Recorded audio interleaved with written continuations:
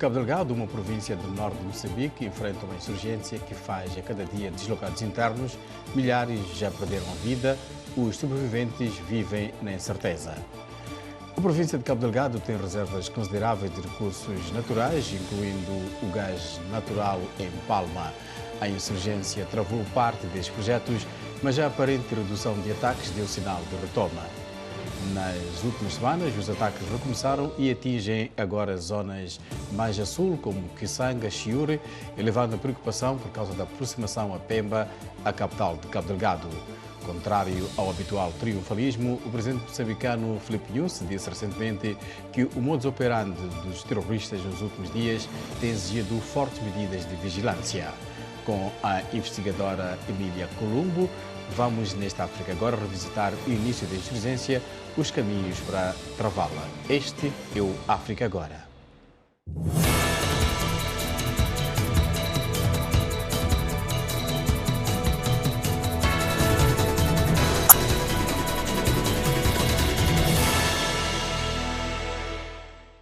Muito boa tarde e bem-vindo ao África Agora, aqui na Voz da América, comigo, Amâncio Miguel.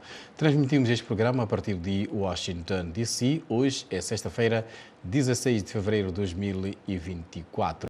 Para falar sobre a insurgência em Cabo Delgado, teremos connosco em breve Emília Colombo, que é uma investigadora e também analista de segurança aqui nos Estados Unidos.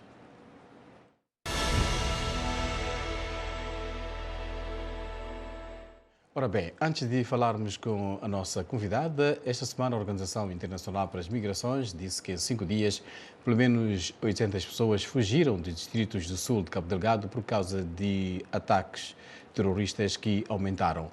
O nosso correspondente André Batista faz a resenha dos últimos acontecimentos relacionados com os ataques que iniciaram em 2017.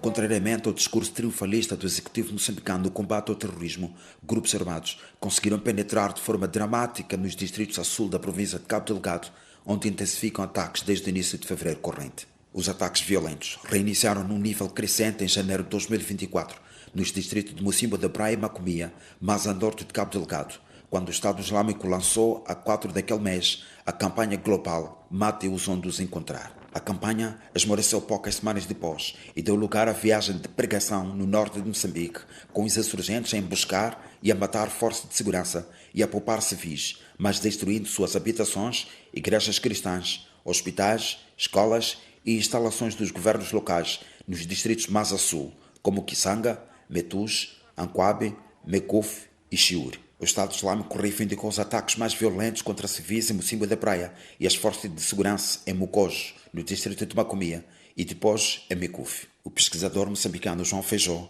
que estuda o conflito em Cabo Delgado, observa que os novos ataques procedem das declarações do executivo moçambicano sobre as questões de segurança para o regresso da petrolífera francesa Total a Cabo Delgado. O também coordenador do Observatório do Meio Rural anota que os grupos terroristas estão a ter uma relação privilegiada com os civis na partilha de informação e na capacidade de recrutamento. Essa relação pode ser fruto da campanha de viagem de pregação virada para a conquista de mentes e corações. A professora Liazette Bonat, que acompanha o conflito em Cabo Delgado e com várias pesquisas sobre públicos muçulmanos contemporâneos e as ONGs islâmicas internacionais em Moçambique, defendeu que o Estado moçambicano atropelou políticas sociais que levaram a população a ceder para os insurgentes e a ascendência da atuação dos rebeldes nos distritos a sul, de maioria cristã, pode configurar igualmente uma insatisfação popular. O governo moçambicano, através de Ludovina Bernardo, porta-voz do Conselho de Ministros, assegurou na terça-feira 13 que as tropas não estão de braços cruzados, acreditando que um dia o país poderá se ver livre de terrorismo. Face aos novos ataques, a Embaixada da França em Maputo desencorajou fortemente na quarta-feira 14 viagem a Mocimboa da Praia, Pemba e Palma, reacendendo o debate sobre a segurança para o retorno da petrolífera francesa Total em 2024.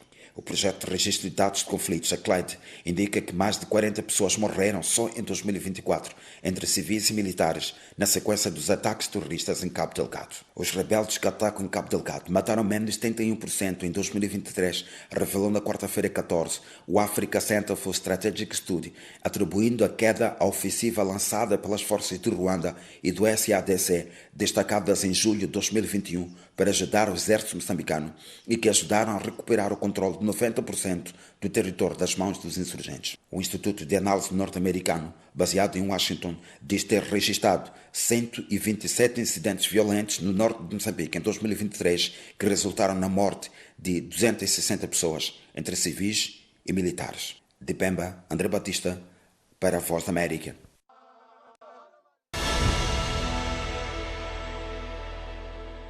Este é o programa África Agora aqui na Voz da América. A nossa convidada é Emília Columbo. Emília, bem-vinda ao África Agora.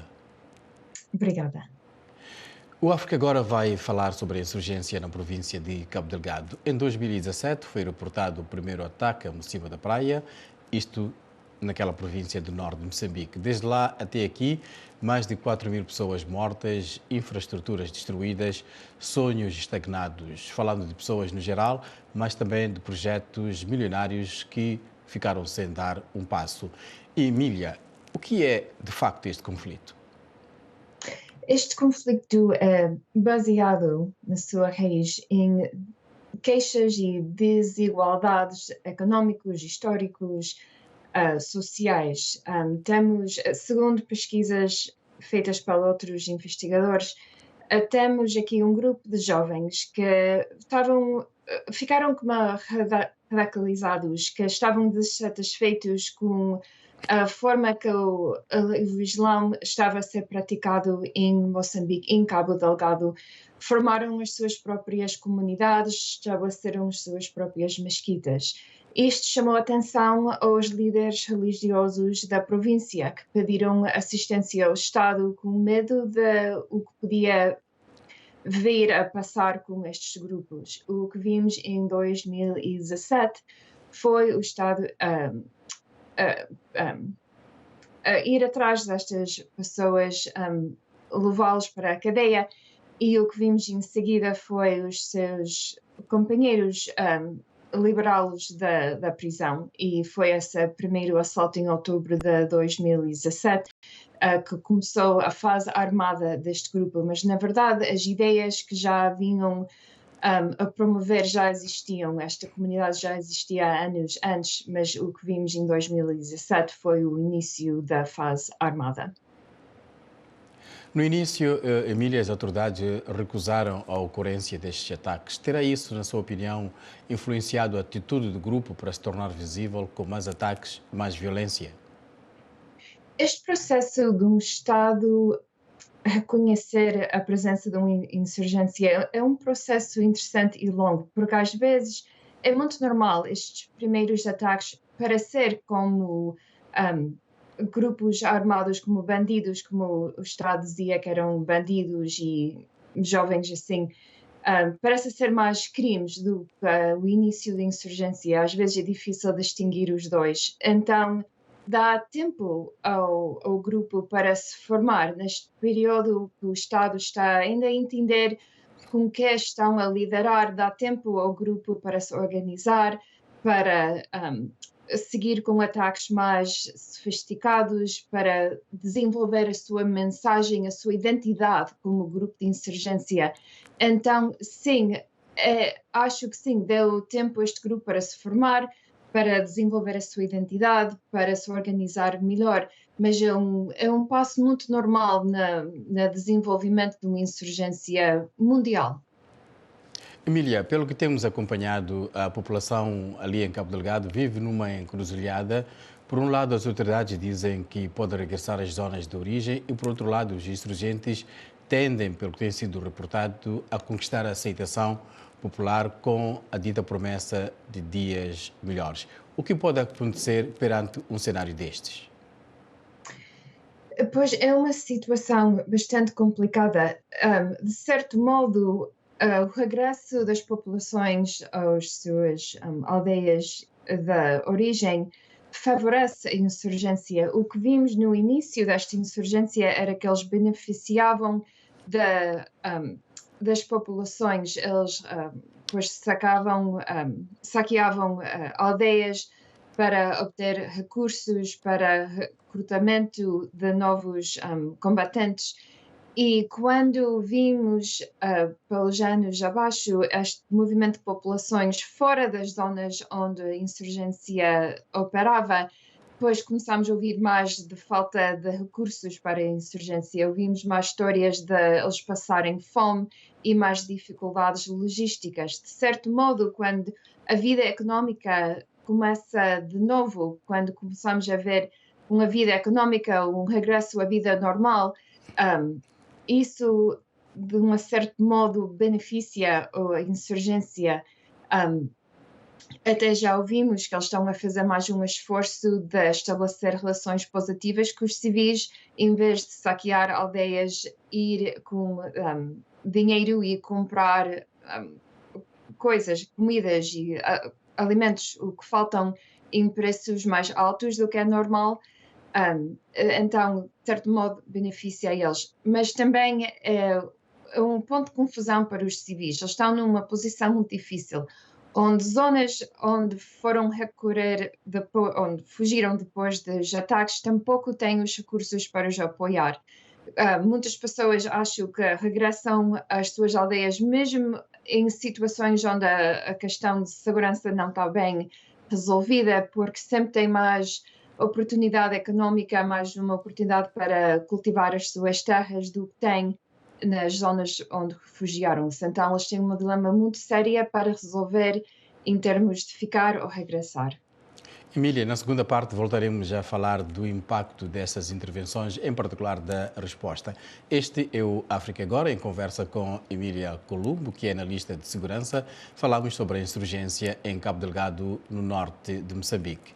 Antes dos ataques, Maja Sul, 500 mil de crianças haviam sido expostas à violência extrema nesta província de Cabo Delgado. Mais do que isso, sonhos quebrados, a escola e saúde tornam-se miragem numa província antes sem esse luxo. É o que mostra a reportagem aqui da Paula Alves Silva. São relatos de esperança e medo. A ONG Save the Children reuniu os testemunhos das crianças que regressaram aos seus distritos de origem antes do conflito em Cabo Delgado. São testemunhos de alegria e alívio provocado pelo regresso, mas também de insegurança permanente. Agora que regressaram, nem sempre estão seguros, nem sempre estão a salvo em termos do seu ambiente familiar direto. Há muita violência contra as crianças. As raparigas estão a ser casadas, mas também há uma instabilidade permanente. Há tiros, há ataques contínuos, não tão frequentes como costumávamos ver, mas ainda com um nível de frequência que cria terror e medo, especialmente nos mais novos, que estão a reviver memórias e a viver o medo de ter de fugir novamente. Estima-se que haja agora cerca de 472 mil pessoas retornadas, metade das quais são crianças. A organização diz que é preciso focar a atenção nos cidadãos que regressaram e alerta para o facto de 500 mil de crianças na região de Cabo Delgado viverem agora em situação vulnerável.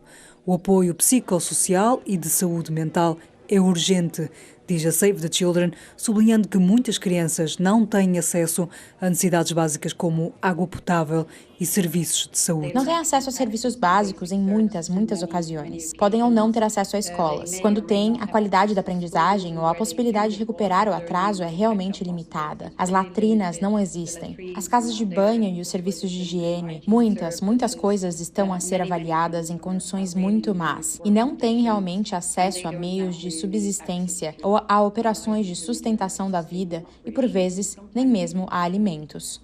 Um cenário que coloca as raparigas numa posição ainda mais frágil.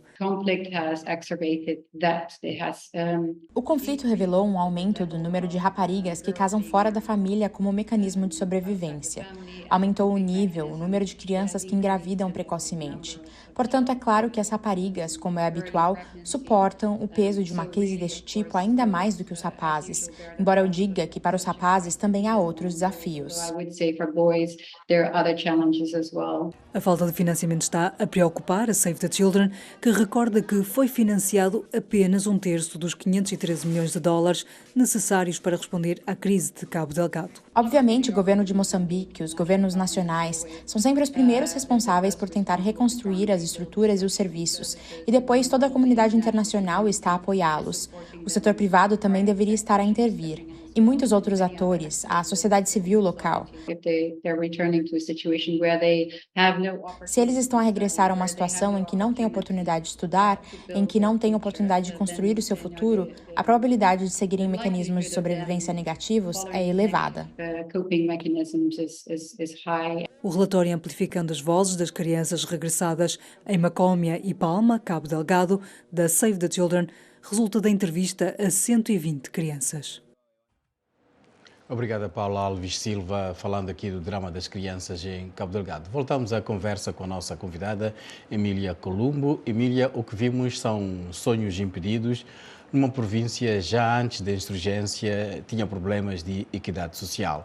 Quando as autoridades reconheceram os ataques, criaram uma entidade para impulsionar o desenvolvimento de Cabo Delgado com programas tidos como sociais. Este tipo de intervenção, ao mesmo tempo que é uma insurgência, pode resultar, e pelo que tem acompanhado, Emília, alguma mudança na vida das pessoas?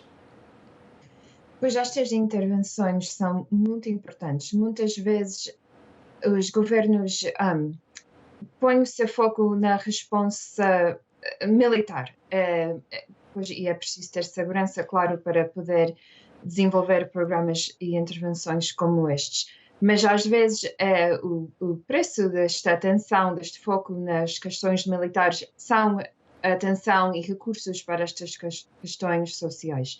Até hoje não temos visto assim muito grande progresso. Parece que ainda todos têm mais atenção nas questões de segurança e as questões militares, mas como acabou de dizer agora, é uma província que já ainda antes deste conflito sofria de muitas desigualdades, é a província menos desenvolvida do país. E com este transtorno da guerra, pois estas questões de socioeconómicos têm ficado ainda piores. E quando olhamos para estudos de pessoas africanos que eram jihadistas, infelizmente estes estudos não incluem moçambicanos, mas em outros países africanos que têm este problema, muitas vezes o que vemos é as pessoas que se juntam a estas organizações, a estes grupos, fazem por questões económicas e não por questões da ideologia ou da religião. Então temos aqui crianças muito vulneráveis a este tipo de recrutamento, principalmente quando falamos em casamentos precoces. Falamos muito das meninas e a situação delas, a falta de educação e a maneira que a vida se torna, mas também os rapazes que agora têm esta responsabilidade de sustentar uma esposa e uma família. Esses rapazes também estão mais vulneráveis a estes motivos económicos para se juntarem e apoiarem organizações como vemos operar em Cabo Delgado. Ainda bem que a Emília fala na sua intervenção das questões militares. Falemos já agora da forma como é feita esta luta. São milhares de militares do Ruanda, da SADC, de Moçambique, a lutar contra um grupo certamente menor em termos de dimensão. Serão necessárias, neste tipo de conflito, muitas armas para lutar com um grupo pequeno, ou há outras formas de se abordar uma insurgência como esta? Pois é uma questão difícil, porque o que vemos aqui, este grupo tem uma presença larga na província, como as suas intervenções durante este programa mostraram. O grupo tem se alastrado na província, está a operar em zonas onde previamente não tinha uma presença. Então requer mais uma presença militar, uma presença de segurança em mais zonas do país. E é uma coisa que as forças militares de Moçambique e polícia também não até hoje não têm tido a capacidade para fazer, então precisam desta ajuda do estrangeiro. Em parte é uma questão de ter forças suficientes na geografia onde tem a presença deste grupo, mas também, ao mesmo tempo que estão a tratar de questões de segurança, é muito importante estas intervenções sociais. É muito importante desenvolver e implementar programas que tratam das questões que deu vida a esta insurgência em primeiro lugar. Questões que todos os dias está a empeorar quando a gente vê estas pressões da falta de educação para as crianças, estes problemas económicos que as pessoas enfrentam. Então, para dar uma alternativa para quando a gente temos um jovem que tem que escolher, ele tem falta de sustentar a sua família, ele vai ir juntar-se com a insurgência ou tem outra oportunidade económica para poder desenvolver a sua vida de outra maneira. Então, é preciso, sim, as questões de segurança são muito importantes, mas também uma outra forma de combater a insurgência é tirar a vontade das pessoas para apoiar, a vontade dos civis para apoiar esta organização, dar uma alternativa para esta organização não ser o destino de quem não tem outra opção. Por outro lado, ainda no âmbito da luta, no segundo semestre deste ano, consta que as tropas da SADC vão se retirar. E depois? E depois, o governo enfrenta uma questão muito difícil. E eu acho que a forma em que o governo trata da retirada das forças da SADC vai enviar uma mensagem importante ao povo de Cabo Delgado. Porque quem é que vai tomar esse lugar das forças do SADC? Porque eles vão partir, mas não é porque a situação está pacífica e a guerra acabou.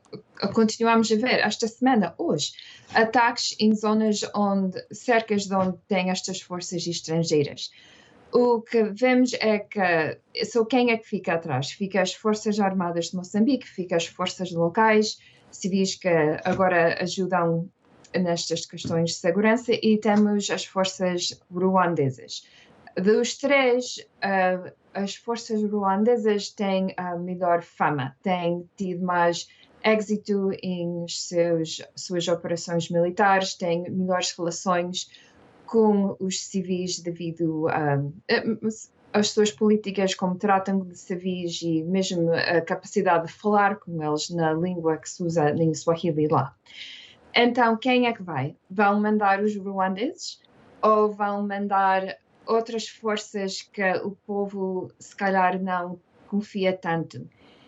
E essa questão, o que muitas dizem, a prioridade do governo é ver o desenvolvimento do gás, da exploração do gás é a prioridade. Eles vão dedicar as forças mais capazes a isso. E se isso é que acontece, se não vemos atenção igual a estas zonas onde se calhar não há minas, nem gás, nem recursos naturais assim de alto valor, isso de certa maneira reforça a mensagem da insurgência, a mensagem que o governo não se importa com o povo, só se importa com a riqueza pessoal e assim, de uma certa maneira, pode ajudar outra vez em termos de propaganda a organização, a insurgência lá. É uma questão muito difícil em termos de satisfazer as necessidades de segurança pela província toda e também de dar uma mensagem positiva do Estado ao povo sobre as suas prioridades. Caminhamos para o final do nosso programa África Agora. A Emília falou da presença do Ruanda, o Ruanda que tem sido elogiado e também faz a sua própria promoção das intervenções na luta em Cabo Delgado. Várias vezes o governo do Ruanda levou a imprensa para mostrar o que tem acontecido graças à sua intervenção. Ao mesmo tempo, é o Ruanda que está no meio de um conflito no Congo, com o M23 a ser acusado de ter o apoio do Ruanda e havendo até nos próximos dias uma cimeira entre os presidentes Paul Kagame e Félix Tshisekedi do Congo, com a mediação de Angola, do presidente João Lourenço neste caso. Esta presença do Ruanda com o triunfalismo aqui anunciado e também as acusações de que há um favorecimento para os projetos de gás, esta presença do Ruanda não pode ser problemática do ponto de vista de segurança e mesmo para o futuro de Moçambique? Sim, uma das críticas sobre a presença do Ruanda é a falta de transparência. Não está claro ao público qual é o preço de verdade desta intervenção em Moçambique. E isso pode causar um problema, outra vez, para o governo neste contexto de um povo que já está muito sensível à ideia de estrangeiros beneficiarem destes projetos mais que o povo local. E tem um risco que outra vez vamos descobrir com o tempo, se calhar, que os ruandeses estão a beneficiar de uma maneira que o povo não está. E isto seria um narrativo que não só pisa o governo, mas também pode danar, lastimar as relações entre os ruandeses e os civis, que é um aspecto muito importante deste conflito e de haver um progresso neste conflito. E mesmo para terminar, Emília, esta aproximação dos insurgentes a distritos mais a sul, como Metuge, Chiure e Kisanga, que antes já tinha sido atingido, mas foi considerado como um distrito já em paz. Eu próprio estive com o meu colega Omar em Kisanga e o cenário ainda era de medo há pelo menos um ano quando lá fomos, e agora aproximam-se mais para locais como Chiure, a menos de 100 quilómetros de Pemba. O que é que isto pode representar? Quererão os insurgentes dar mais visibilidade internacional, fazer mais pressão para que sejam ouvidos e, se calhar, a negociação pode ser possível? Eu acho, sim, é um esforço para ficar mais visíveis, que a gente vemos que já há meses que o governo tem falado nos seus triunfos, este aspecto esta atitude de triunfalismo do governo também. Até já estávamos a falar se calhar, o regresso estas empresas internacionais na exploração de gás. Então, é ainda mais importante para a insurgência demonstrar que ainda está presente, que ainda tem força, que ainda tem a capacidade de interromper os esforços do governo para retomar esta exploração e até a atitude de triunfalismo, início de reconstrução da província. Em termos de negociações, eu acho que é um tanto difícil porque os insurgentes não têm falado muito no o que é que querem. Falam, depois criticam o governo, falam nas suas propagandas sobre querer como um Estado Islâmico na província, mas como negociar isso? Eu acho que ainda vai ser um processo longo em identificar com quem é que vai negociar dos dois lados e o que é que os insurgentes querem e o que é que o Estado pode dar para podemos seguir. Mas mesmo assim, mesmo vamos lá que há uma negociação e que seja positiva com o tempo, temos que ainda tratar dos assuntos que deram a este conflito para mesmo resolver e ver um progresso para a paz com o tempo. Muito obrigada, Emília Colombo, que é analista de segurança, aqui em conversa conosco sobre a situação na província de Cabo Delgado. Certamente que, Emília, voltaremos a conversar quer sobre a segurança em Cabo Delgado, quer sobre outros assuntos de segurança no continente africano. Muito obrigado. E assim chegamos ao final do nosso programa África Agora, aqui na Voz da América. Continua a seguir-nos em www.voaportugues.com. A realização deste programa foi de Bárbara Ferreira Santos. Tivemos Emília Columbo como nossa convidada. Eu sou o Amâncio Miguel. O África Agora volta para a semana com mais um tema de interesse para o continente africano. Um forte abraço, continuação de uma ótima sexta-feira.